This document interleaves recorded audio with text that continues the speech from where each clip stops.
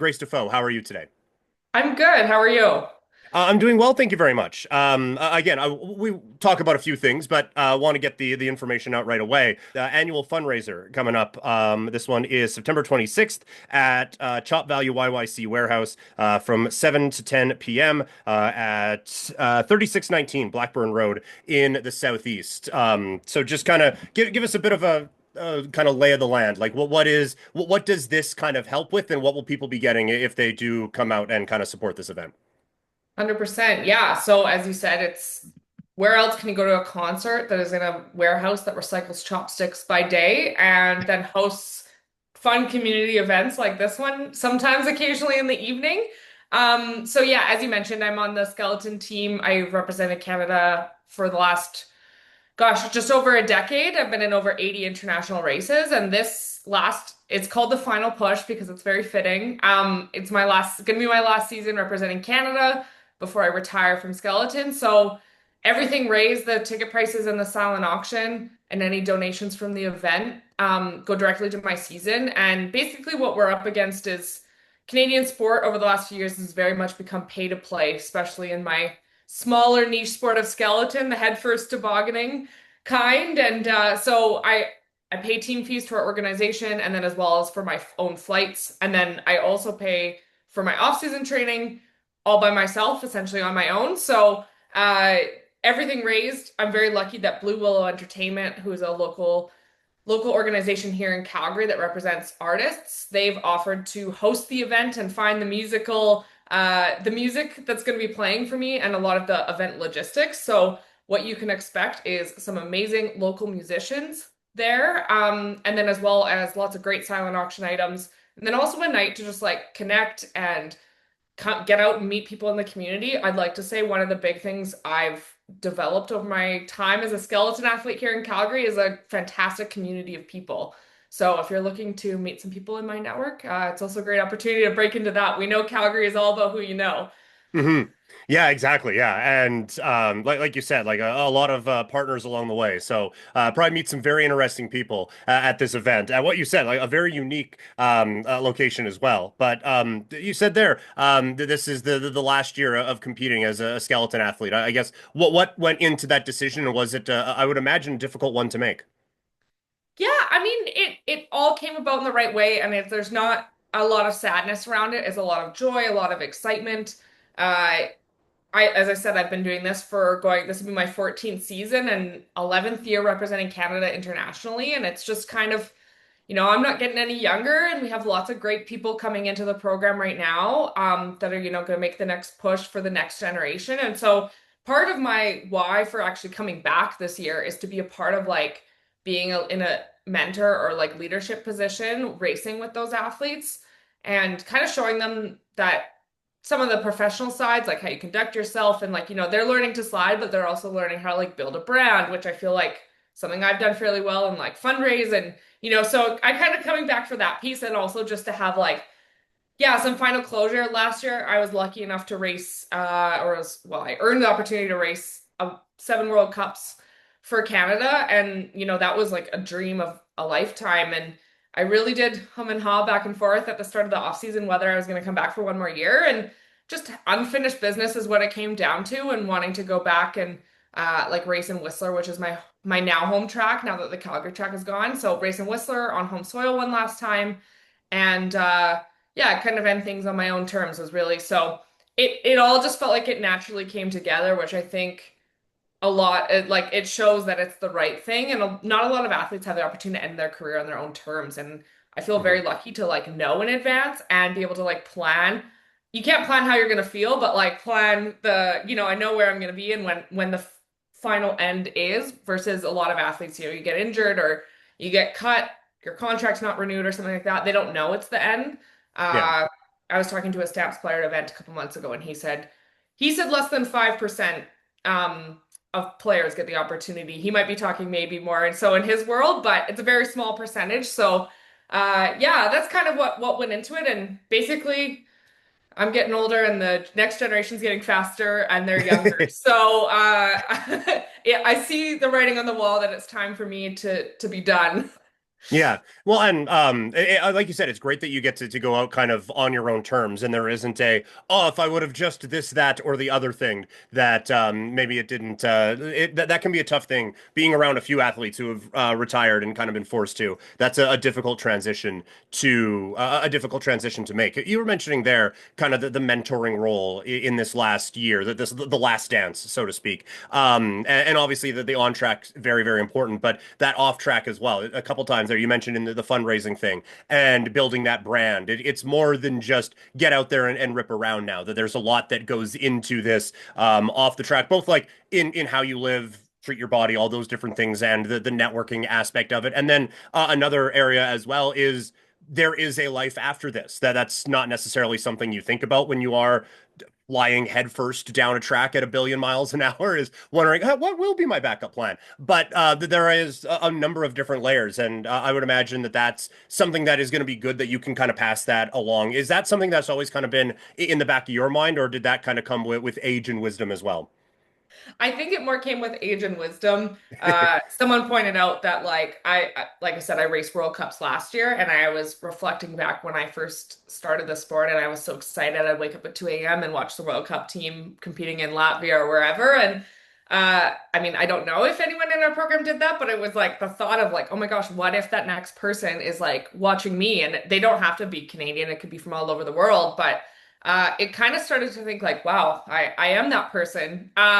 So yeah, I kind of came into it, and it was also just a suggestion, I think, as I have been around the team and I've been commended for like how I conduct myself professionally and how I've built this, this I hate to say brand, but how I built this like brand of who I am as an athlete and my community work. And then as well, like I've also been working full time for the last 6 years during my career. Like a lot of people talk about like having a backup plan, and I've been one of the few in our sport. There's actually a handful of us, but that have been able to navigate chasing our dreams on the track and still developing a career. So I think there's like that piece that you also don't have to be all or nothing, and just being a bit of a role model in that respect. And it's okay if someone wants it to be their only thing, go for it, and you're Mhm. able to fund your career and do all that stuff. But yeah, and it actually came about it recently around the fundraising piece from a teammate of mine, who's newer in his career, and he was like, "Can we go for coffee and I ask you questions about your fundraising events you've ran in the past?" And I was like,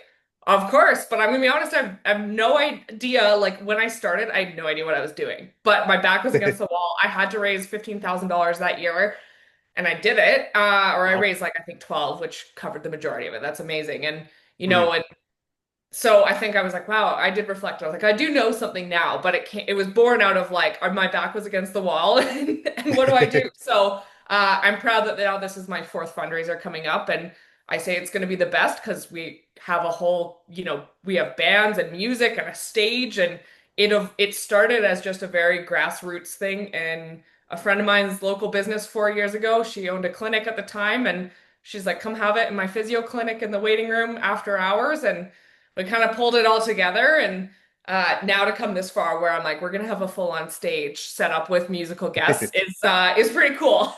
Yeah, no, it sounds awesome. Like just throwing an event like that in general is awesome, but then to have it be in support of the dream and this final season. So what does where are we at off season wise for you right now? Like I would imagine like off season is very much in quotations. I'm sure there's a couple of breaks here and there, but it would probably be another full-time job. So where are we at in that progression, I guess, right now, getting ready for another season? Yeah, so generally, so I am training, 5 to 6 days a week, and we Mhm. push in the ice house up at Winsport. We have an indoor push facility where it's the only chance we get really to push on ice before the season. And then just lifting weights and running fast is kind of where things are at. I have a couple more months before really right before Canadian Thanksgiving. We have a camp that's like a push camp. It's our final camp all together as a team here in Calgary. And then shortly after that, a bunch of us head off to Norway to start our preseason. And then Hmm. from then on, we're chasing ice all over the world. So uh, to be determined where exactly, but I know we'll hit Norway and then we'll hit Whistler, our home track. And then from then on, everyone kind of finds out what races they're doing and where they're going in the world. So yeah, it's kind of yesterday was my first workout in the gym with my strength coach where I was like, oh, it doesn't feel, because we lift a lot of heavy weights, but now's the time it kind of starts to taper off and we're just Mm. maintained for the season. And again, it's very bittersweet because this is the last like off season I have where I'm like, oh, this is my favorite phase. But then I got really sad because I was like, oh, like that heavy lifting, lots of reps, lots of complaining is over. And not to say you can't do that as an adult post athlete life, but like it is the like everything is so bittersweet along the way. So Mhm. even though I left, I was like, wow, I don't feel like I've been ground into mush on the ground after a lift. It is kind of like now this next phase. So yeah, it is getting down to crunch time and kind of, I start to book things in my calendar and look ahead and go, oh, I'm actually going to be like out of the country in 9 weeks from now, which is kind of scary. Yeah. Yeah, well, we were talking before, like the summer just flew by, and I would imagine as someone who has quite a few important things to do once the snow falls, that feeling would probably be expedited a little bit. But yeah, I like the facilities out at Winsport. I've been there a couple times as a broadcaster. You get certainly more use out of it than I, but I was there this summer with a couple of things with Hockey Canada, and it was still busy then. And like I've only ever been in the winter, and you see like, okay, I know there's stuff, but whatever. But to see how it is able to be used kind of year round and all of that, like I don't think it fully kind of hit me until I was there in August and there was people doing stuff. It seems like that would be quite the benefit to have that kind of a facility right here in your backyard. Yeah, I mean, it's a huge benefit. It's a shame that we lost the actual sliding track in Mm. 2019. That was a huge hit for our sliding community. But that being said, it is kind of the hub of we're able to push up there, and there's obviously great facilities. The funny thing is that actually, like, I mean, I was a figure skater in my past life before I started skeleton, and the rinks is actually the first time I ever visited Winsport was my club moved up and we were skating in the Mm. Mark and McPhail rinks. So yeah, that facility is fantastic, and we had our camp like in July with our team up at Winsport, and I remember we were up in one of the boardrooms and we looked down and there was a bunch of the Calgarian NHL people from all, that they train in Calgary, but they then go off to their clubs. We looked down Hmm. and there was a few familiar faces. We're like, Mm. oh, that's pretty cool to see some people skating down there, and wow, like what skill. So yeah, it's you never know who you're gonna run into. We saw the Rugby Canada guys that they just played Mm. last weekend. Against the US here at McMahon, and we've been seeing them up at Winsport for a good few weeks. They've been here. So super cool. You never know who you're going to see. The Calgary Wild FC too. We see them in the gym Hmm. quite a bit, which is really awesome. Yeah, yeah. It seems like it's a pretty well growing sports community out here the last little while. Like I know it is Flames out here a lot, but it's turning into more than that, right? Like Cavalry FC did their thing. Surge also at Winsport, but Calgary Wild FC have like the support there. It seems good. Like it is as someone who has been a part of the Calgary sports scene for as long as you have. What has that been like to kind of see the progression of things and how it is kind of grown in the last few years? Yeah, I mean, getting that the Calgary Wild FC is such a huge opportunity for us, and I've been so impressed. I haven't made it out to a game yet, unfortunately, because I have such a busy calendar, but Hmm.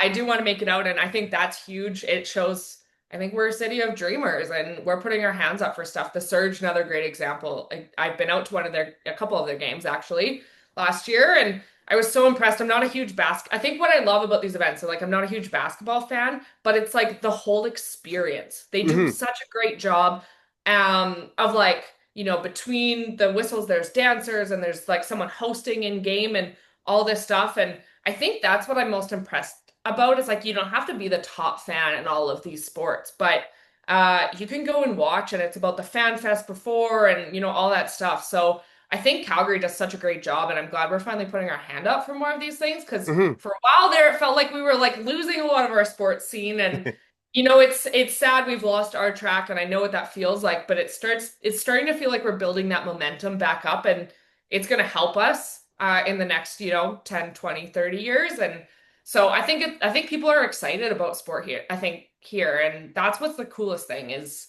I don't care what sport the kids are watching as long as they're watching someone and they're like excited about it and they're like helping them dream big and think about what they can be when they grow up. Because that's Yeah. that's kind of how I fell into sport was was watching the 2002 Olympics and Haley Wickenheiser and the hockey team. And like, I remember watching that in my elementary school. And, that wasn't here, but it was close by, same time zone, Salt Lake. Yeah. And I think about they're hosting the Winter Olympics in just under a decade here in the 2034 or something like that, Hmm. 2032.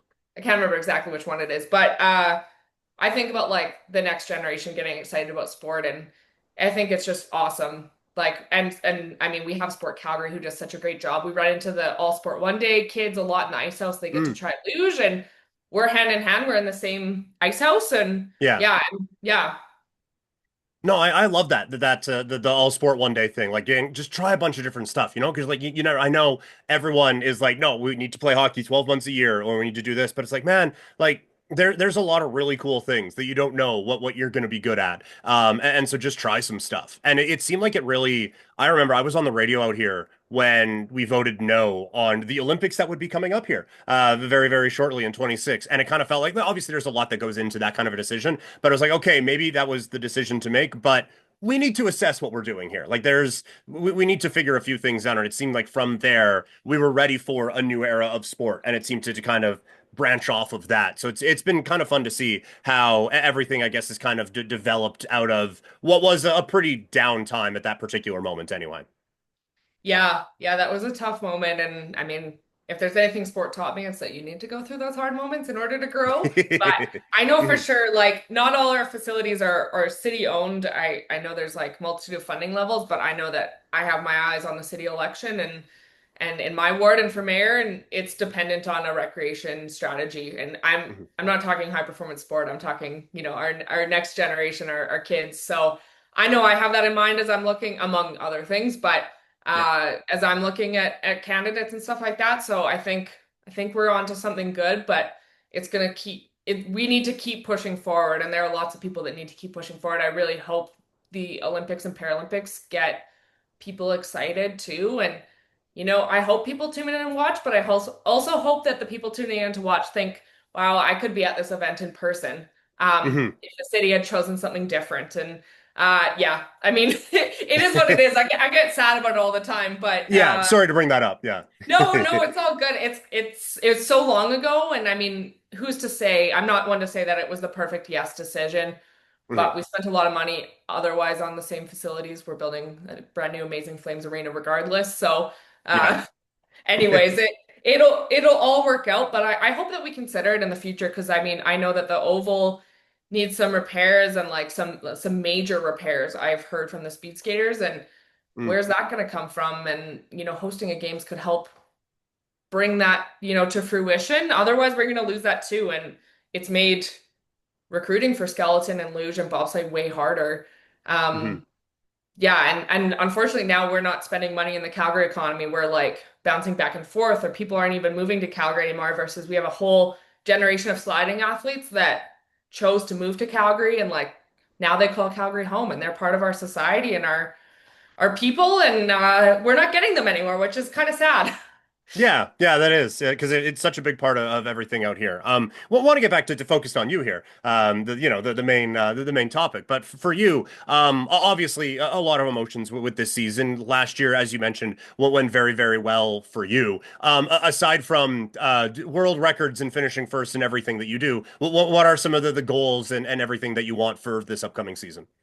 Yeah, I think it's tough to answer that question because I don't know exactly what races I'm going to. So I mean it's always tough to set that, but I think for me definitely like if I'm on the North America's Cup, I'm chasing winning those races, top two.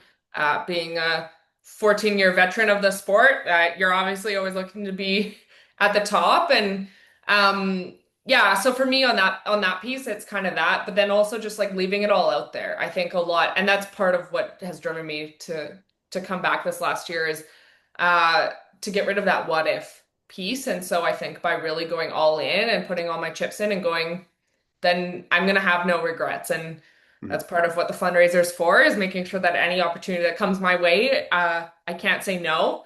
Or I'm not driven to say no. Just so people like have an understanding, every race week that we essentially race in skeleton is $3,500 team fee for the race week. So, and then plus I pay, and then you pay for your own flight to get there. So if Oh I'm wow. racing, yeah. And so some weeks are double race weeks, so it will still be 3,500, but then you race the Saturday, Sunday. But I'm talking that I'm probably going to race 6 or 7 race weeks and then plus a training camp in Norway and then plus a few other training camps out in Whistler. It adds up rather quickly. That's easily a 30 grand season right there. So, um, people always think, where does that money go? You're asking for such a large, large chunk. So, part of that is just, yeah, being prepared to not have to turn down anything down if something comes up. Right. Last minute flight somewhere, I'm in. Here's my money. Um, Anyways, I think it's tough to put. I've moved away from being results driven, just for my own sanity. I think our sport is measured to the hundredth of a second, and Yeah. sometimes you're just not. Sometimes you're just not that on the day, and that's totally fine. But yeah, I mean, obviously, I would like to achieve a world or not a world record. I mean, I'd love to achieve a world record. I don't think. Don't get me wrong. I mean, a world ranking, like my best world ranking. So I think right now my best world ranking would have been 42nd quite a few years Okay. ago, and I want to maybe break into that top 40 or something like that. That would be great. I mean, again, kind of a cherry on top, but you're always trying to chase other people and points across circuits and all that stuff. So, yeah, I know I can't exactly answer that for you, but No, no, no, it's fine. It's fine. That was a good answer. Because again, like I think you just think, oh no, I just need like there's this one focus on everything, and there's a lot of different goals that you can set. And yeah, success means a lot of different things to a lot of different people as the season goes on. I do have one kind of, I guess, technical one, and then we'll get into the final push here with the fundraiser again. But like I watched Skeleton. And obviously, from my uneducated perspective, you are just diving headfirst down a thing, and then whatever happens, happens. Obviously, there is a lot more into it than just that. But kind of, I guess, walk me through how does one get faster and quicker and better at something like that? Because I genuinely would have no idea. no, that's a fair question. So, I mean, first off, your physical, like we push the sled, so that's why we train all summer to push the sled as fast as possible. That's your only opportunity to gain velocity. From the Hmm. moment you load on your sled and you do that final push-off sled into your sled, you're trying to not lose velocity all the way down the track. So, that's your opportunity. Obviously, it's going downhill, so like you're gaining it, but like you're not pushing it. There's no little engines in it. It's just like you Yeah. and the ice. So there's that piece. And then so physical, push the sled as fast as you can. That's what we train all summer to do and get that nice final load step. And then from then on, we're driving the track. And I know when you watch it at a top level, it doesn't look like we're doing anything, which is the biggest compliment if someone ever says that to you as a skeleton athlete. We are driving the sled with, just like the kids' song, our head, shoulders, knees, and toes. If you see our toes out, that is the like emergency brake. Like something is going wrong, we're pointed at a roof or something like that. But a lot of the finesse is actually in our sled. There's steering panels under our shoulders, and then there's two knee panels. And so that makes a frame. And then obviously you can imagine it flexes, especially under G-force. Hmm. So that's a bit of how, so I mean, you're riding that line of not steering so hard that you crush all your speed, but steering enough that you're not going to hit the roof or hit a wall. Right. Because those are also not fast. So it's that, and whoever crosses the finish line the fastest. There's also ice conditions come into play and different equipment stuff, and then obviously your mind. Our sport is a lot of what's done between your mind, between your ears, and not doubting yourself and being able to let it go and trust yourself and all this stuff. So, I mean, there's a lot that comes into play, and I think that's why our sport is so interesting to watch. And women's Hmm. skeleton, out of all the sliding sports, is the wildest. Like, if you watch a World Cup, you don't know who's going to win until it's over. The Yeah. top 10 women, they can all be on the podium any given day, even the top 15 women, I would say. It's kind of like, where are they going to fall today? And I think that's really cool about our sport is it's not one of those ones that you're like, oh, well, they push the fastest and they're going to finish the fastest. It's kind of all these factors that all come together. And depending on the day, it's different percentages of each. So, Yeah. Yeah, the mental part of it. I know we've talked about that before, but like I if I flub anything when I'm talking, I'll beat myself up for a week. And that's just talking. Well, when you're talking about like world rankings and the differences of we're not like 10, 15 seconds. We're not dealing with that. We are dealing with tenths and hundredths of seconds that part of it would drive me insane where oh, if I just did this, that, or the other thing differently, that would stay with me for forever, and you'd have to get over it either in like 25 minutes or a week or something like that. That part of it, I would imagine that's another area that gets learned over time, is not let it go, but kind of learn from it, and just don't force that one a little bit, I guess. Yeah, it's kind of more just that like repeated exposure, and you just Mhm. just like know that's just how it is. But I mean, I would say I beat myself up for a long time about last season. Like I said, I was my first year on World Cup, and I had some high goals that I set, and then I got my ass kicked, and like was coming, 30th, I think 35th. I came in one race, and I'm like, man, like this is really tough. And I thought about it all throughout the summer until literally like I watched all my races on TV or like on YouTube for the first time. I didn't watch any of them through the whole season, and I finally watched them, and I think that was the closure that I needed. So, I mean, I don't pretend to have all the answers, but yeah, you crash and you got to take the truck up back to the top and talk to your coach, and you go again in the next like 20 to 40 minutes. So, Right. and you're like, how am I not going to crash in that corner in the next run? So I don't like it is a skill, but I mean, it's Yeah. just at the end of the day, when it comes down to it, you're like, well, I am choosing to do this. So like, am I going to Mhm. walk away? Like in that piece. So yeah, I mean, there's always obviously we know our limits, but within reason, you're like, I can get through this. I've gotten through it like, before, and I have 14 years of experience of pushing through a lot of different situations that I feel like not a lot can phase me at this point.